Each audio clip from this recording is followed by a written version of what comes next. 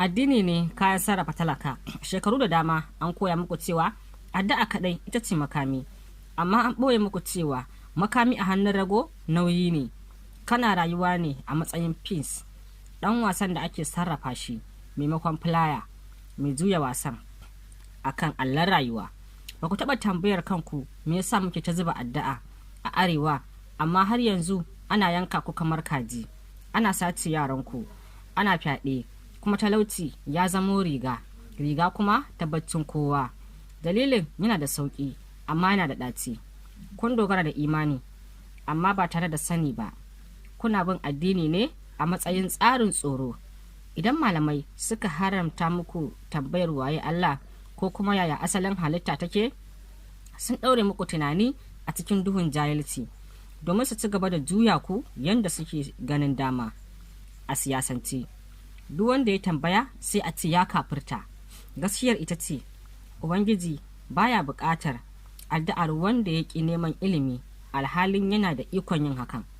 Ku duba ƙasar Iran, duk da azumin Ramadan da ake yi, shin sun zauna a masallaci kawai suna jiran mu'ujiza yayin da Amurka take yin barazana a gare su? Iran ta san cewa Strait of Hormuz ita ce hanyar numfashin tattalin arzikin duniya. Iran ta fahimci cewa idan ta toshe wannan hanya ta mil 21 na tsawon sa'o'i 72 kacal, lokacin tsarin duniya zai girgiza, farashin mai zai tashi, gas station za su ruɗe, kasuwanni su ruguje. Iran ba addu'a kaɗai take yi ba, tana amfani da abubuwa ne. Sun san cewa idan ka zama rago, duniya ba za ta tausaya maka ba, za ta yanka ka ne kuma ta cinye. Nucleus of expansion, kuma bil ɗin da kuke biya a yanzu, kuna biya da rayuwarku da mutuncinku. Lalacin da kuke yi ya fi ƙoƙarin da za ku yi tsada. Domin kwanciyar da za mu yi a gida muna addu'a ne, ya sa muke siyan duk waɗannan masifin da jinin 'yan uwanmu, yaranmu a sace su, mazaje a kashe su. Wannan fa shi ne muke biyan farashin kwanciyarmu a gida koyaushe. Wannan yana kawo mu ga dokokin halitta universal law guda 7 waɗanda kuke kau da kai daga gare su. Na farko shine mental of low mentalism, cewa rayuwarka kamar fim take, tunaninka shine projector ɗin. Idan kana tunanin kai wanda aka zalunta ne, victim, to halitta za ta tabbatar maka da haka. Haka ma idan kana tunanin gyara. Na biyu, law of correspondency, wanda ya nuna cewa abin da yake faruwa a wajen ku, kashe-kashe da rashin tsaro, mudubin abin da yake cikin zukatanku ne na tsoro da rashin halin kai. Idan kuna son canji, sai kun canza abin da yake cikin kawunanku. Dokar vibration ta nuna cewa idan vibration ɗinku yana tsoro ne da miƙa wuya, to za ku ci gaba da janyo azzaluman shugabanni da kuma ɓarayi ne kawai.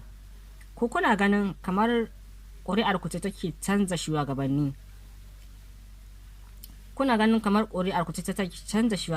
Wannan yaudarar kai ne kawai. Waɗanda suke mulkar duniya ba sa bayyana. Akwai manyan iyalai 13 da ake kira black nobility, waɗanda su ne suke juya bankuna da kamfanonuwa na makamai, suna siyar da makami, sun siyar da magani, su ne kuma suke tsara wata cuta ce za ta fito a labarai. Su players ne ko kuma pins ne, amma ku kuskuren da kuke yi shine mancewa da law of gender. Creation requiring action. Ba a samun halitta da tunani kadai, dole sai da aiki, action. Addu'a ita ce miƙa bukata a tunaninka, amma aiki, physical movement, shine zai aikatar da ita a ƙasa, ya tabbatar da ita. Lokaci yayi da za mu daina zama bayan da aka koyawa tsoron tambaya. Ilimi ba haramun bane, sanin sirrin Ubangiji da yadda halitta take, aiki shine zai baka yin gini. Idan har yanzu kuna ganin addu'a kadai za ta gyara arewa ba tare da mun tashi mun zamo jarumai ba, mun gyara tunaninmu, kuma mun gane makircin na masu sarrafa mu ba, to tabbas bil ɗin da za mu biya nan gaba zai fi na rayukan matsada. Ba kai bane ka sanja, idan ka ne kawai ya buɗe yanzu.